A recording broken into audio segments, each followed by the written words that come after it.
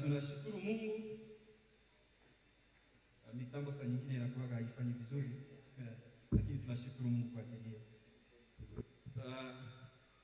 Labda nijitambulishe kwa ufupi kabla sijaenda kwenye somo.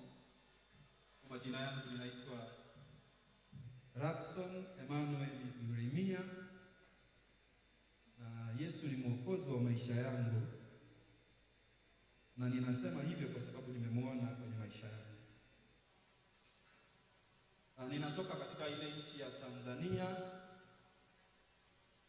Dar es Salaam, St. Columbus Parish, PCA Church. And I thank God to be here this very morning.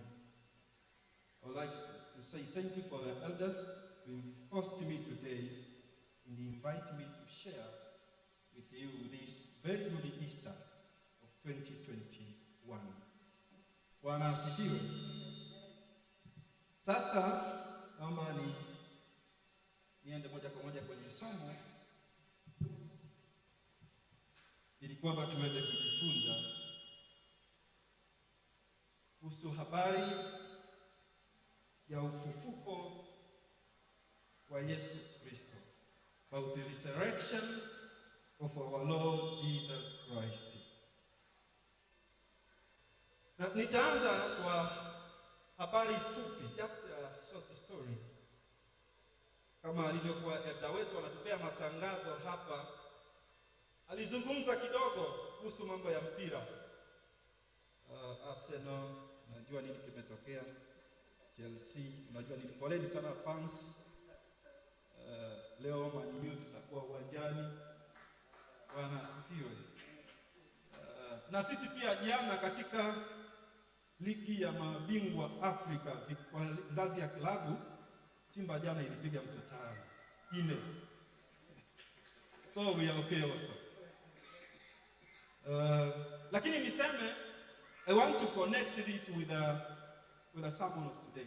Today is a resurrection day. It's a Easter day. And we remember and we commemorate about the resurrection of our Lord Jesus Christ. Kwa nini tunapenda kuangalia marudio? Why do we mostly like to view a replay? Mara nyingi tunaangalia replay zetu kwenye maisha na vitu kama hivyo. Tukifanya harusi we record. Tukifanya harusi we record.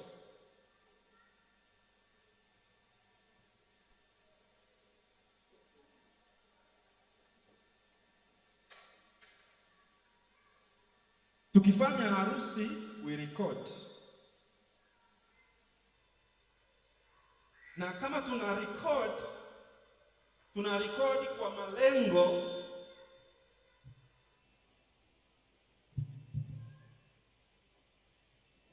thank you. Nimeambiwa naweza toa kwa sababu niko peke yangu. Unajua tunaogopa sana, unaweza ukashangaa saa hii watu wako hapa. Okay. Anasema ukiwa unaangalia record ambayo imerekodiwa kwa lengo la kujifunza, lakini kwa lengo la kumbukumbu pia. Ukienda kwa mchezo wa mpira, makocha wengi, coaches, they always look replay, kwa sababu wanataka kujua technique na mbinu za mchezaji, aidha ajifunze jinsi gani ya kumkaba au jinsi gani ya kukutana na mpinzani wake na kumzuia. Praise God. Na sisi tuna kumbukumbu ya Yesu Kristo kufufuka kwake. Hii ni kumbukumbu kwamba amefufuka. Ni kumbukumbu, lazima ujue hivyo. Na sisi tunaangalia leo replay, yani ile movie ambayo ilitokea first century, tunaikumbuka leo ili kwamba kuna mambo tutajifunza. Bwana Yesu asifiwe. Kupitia hiyo, aidha kuna mahali tutaendelea mbele zaidi ili tuweze kusogea kwenye kusudi la Mungu. Na ndipo sasa katika kitabu cha Zaburi, and I want to teach today about the maturity of thanksgiving. Maturity of thanksgiving. And why thanksgiving is because we have all it takes to say thank you to our Lord for salvation. Bwana asifiwe. Kwa ukombozi ametupatia. Sasa tunaangalia hii movie ili tujifunze, na kupitia hii jambo tunajifunza ya kwamba we need to say thank you for what you have done. Bwana asifiwe. Tunatakikana tuseme asante. Sasa kwa sababu tumegundua tunatakikana tuseme asante, that's why today I want us to know and to learn a little bit about thanksgiving. Praise God. Psalm 100. The psalmist is saying, make a joyful noise. Very important verb. Shout for joy. Bwana asifiwe. As you give thanks, make sure that also important things involved in action is to shout for joy. It's not saying shout maybe because you have a life. It's not saying shout because you are out of pandemic. It's not saying shout because now the country is locked down, nothing can take place. But it's saying shout for the joy to the Lord all the land. Bwana asifiwe. Kwa maana tunashangilia si kwa sababu we have a reason, but we make it because we are created by our God. Bwana asifiwe. Verse 2, very important verb is serve the Lord. Serve the Lord. To serve the Lord, this means give your body as a sacrifice. Bwana asifiwe. To serve the Lord means give your time. To serve the Lord means give your gift. To serve the Lord means give your talent. To serve the Lord means give your service. Offer your service to our Lord. Bwana Yesu asifiwe. That's a very important verb we see here, and it's very important to realize as we continue to commemorate about the resurrection of Jesus Christ, what is important to our life today. Third verb is verse 3. Know he is your God. The verb here is know. You know, in philosophy, to know is a very big argument today. When can you say you know? But here, God is telling us, know that he is your God. It means in any circumstance, whenever anything is happening to your life, know he is your God. You need to know. Bwana asifiwe. And it's very important for you to understand these things. And you remember, the moment you know, just you know. Because God is always omnipresence. It's always omnipresence. Bwana asifiwe. And the fourth verb that I want us to note in this psalmist, or in this song of this psalmist, is that he's saying, verse 4, enter into his gate with thanksgiving. Enter is an important verb here. The word enter means there is a particular transition. If you are out there and you say enter into the church, it means there is a transition is happening. One asks you. And in this transition is God himself is telling you, you enter into his house with thanksgiving. Bwana asifiwe.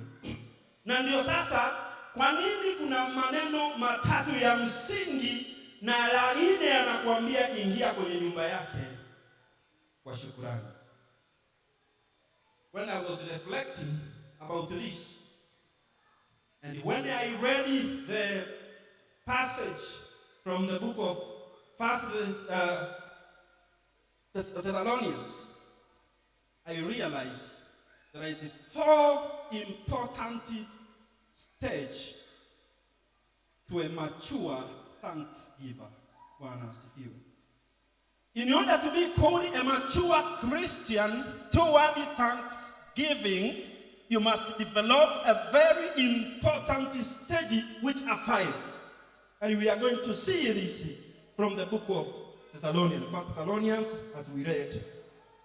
First Thessalonians, chapter 5.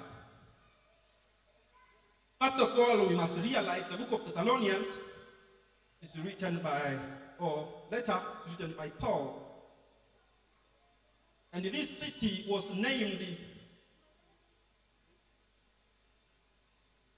by the name of the half-sister of someone we call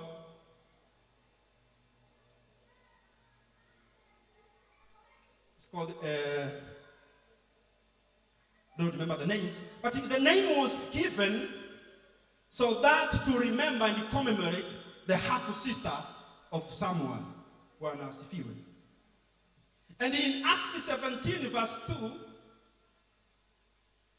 the Bible records about the 3 weeks or 3 Sabbaths that Paul was in this city.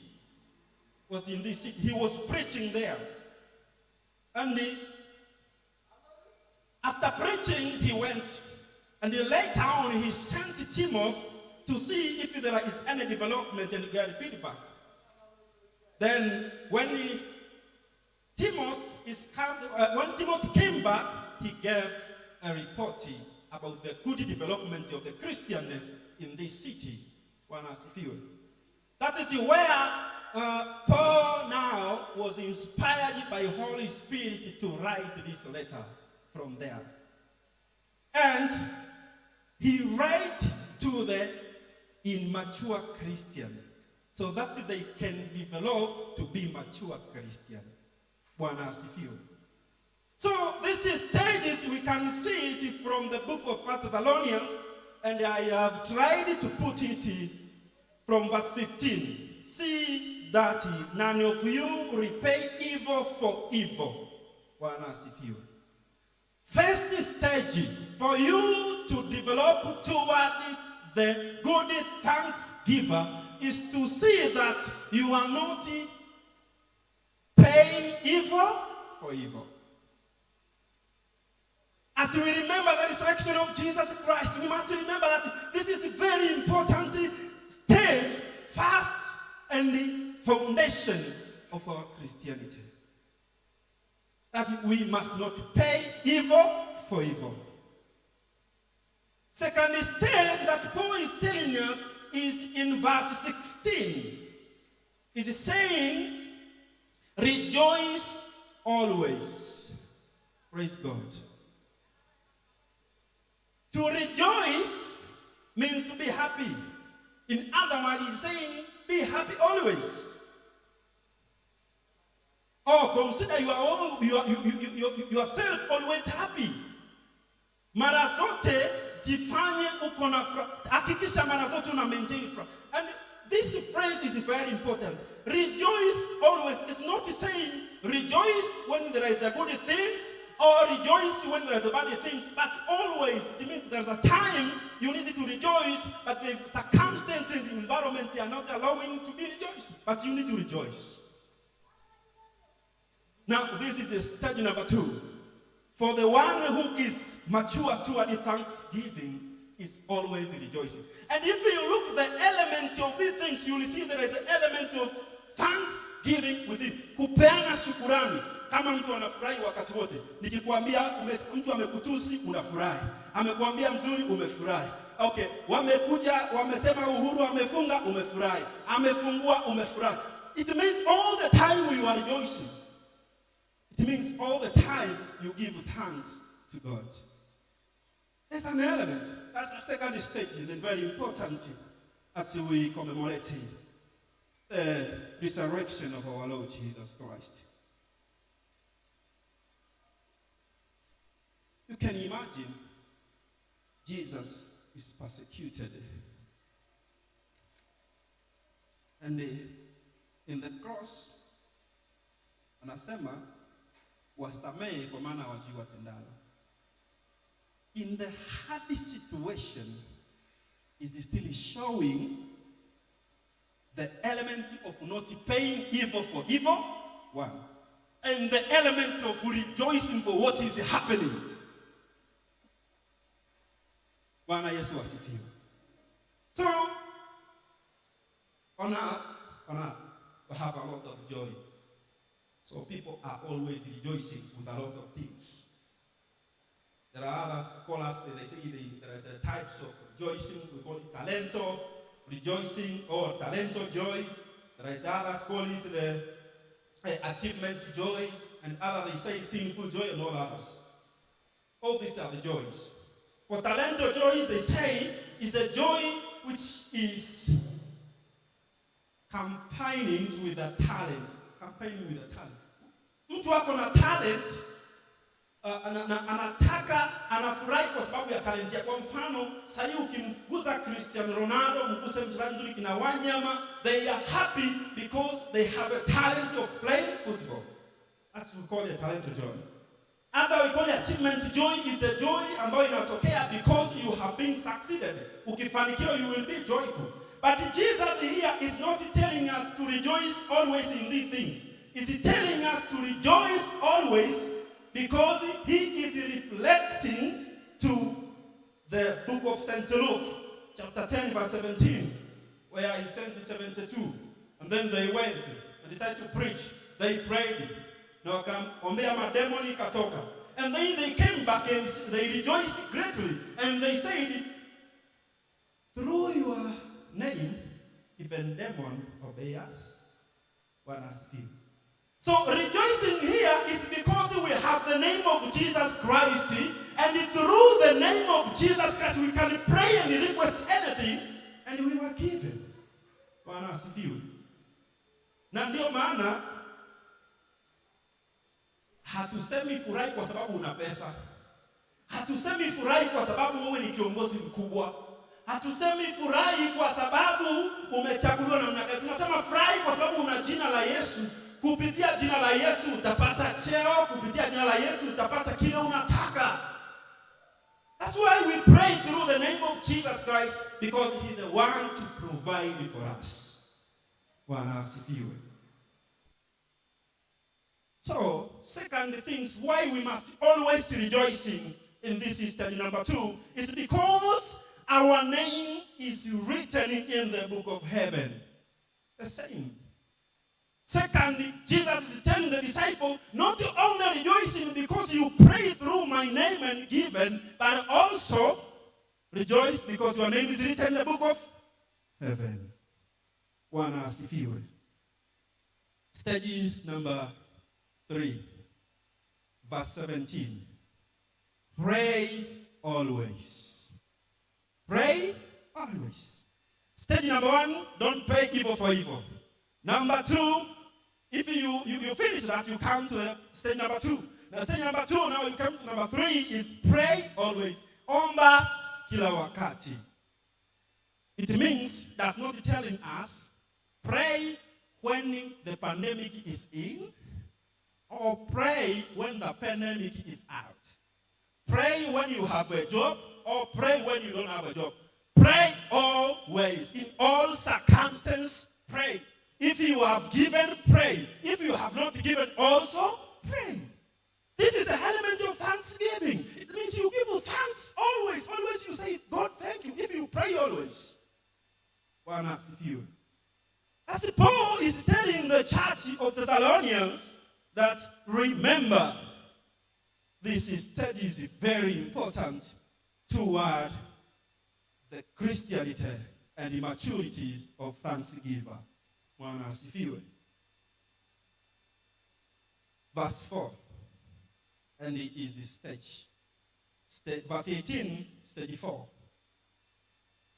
Bible says, in everything give thanks.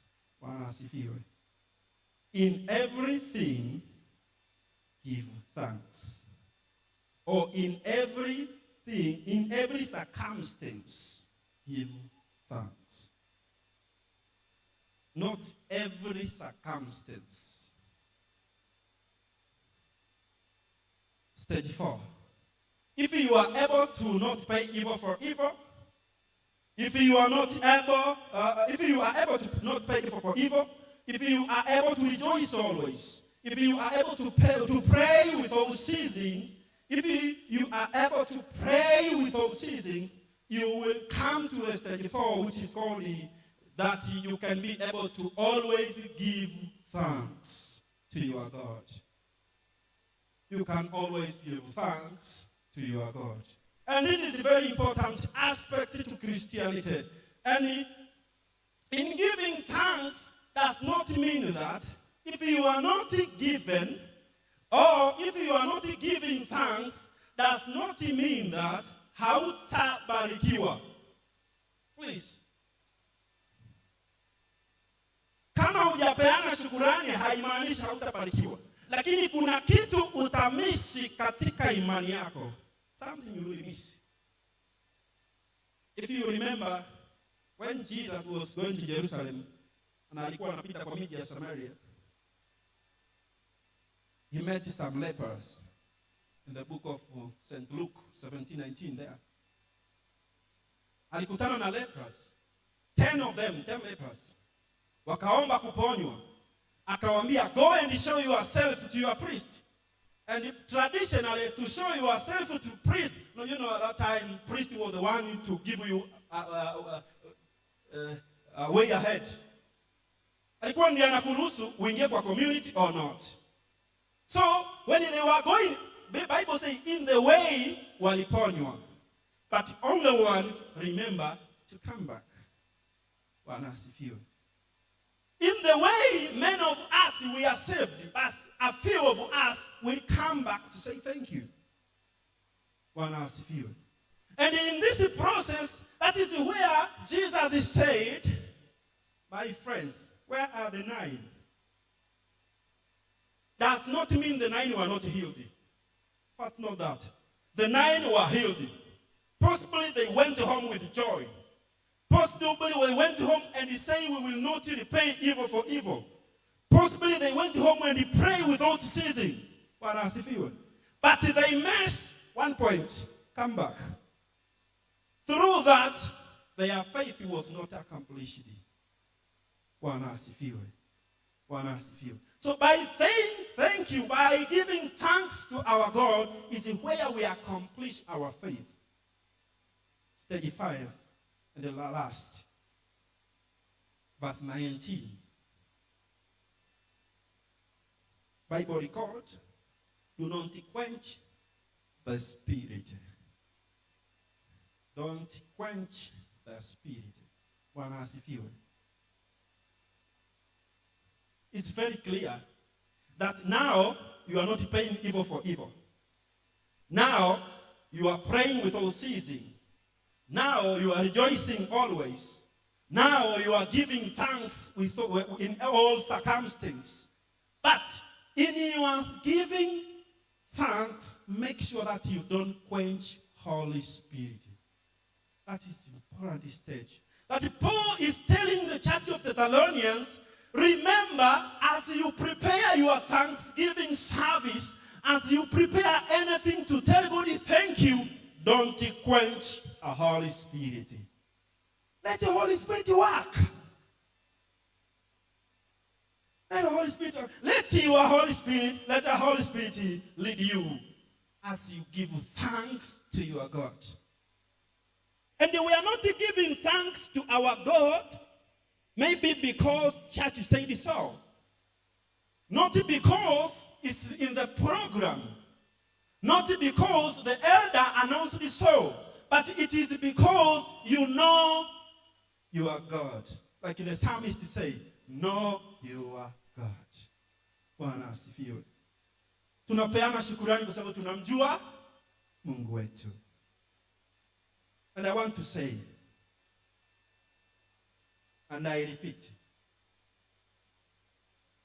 note that thanksgiving complete our faith.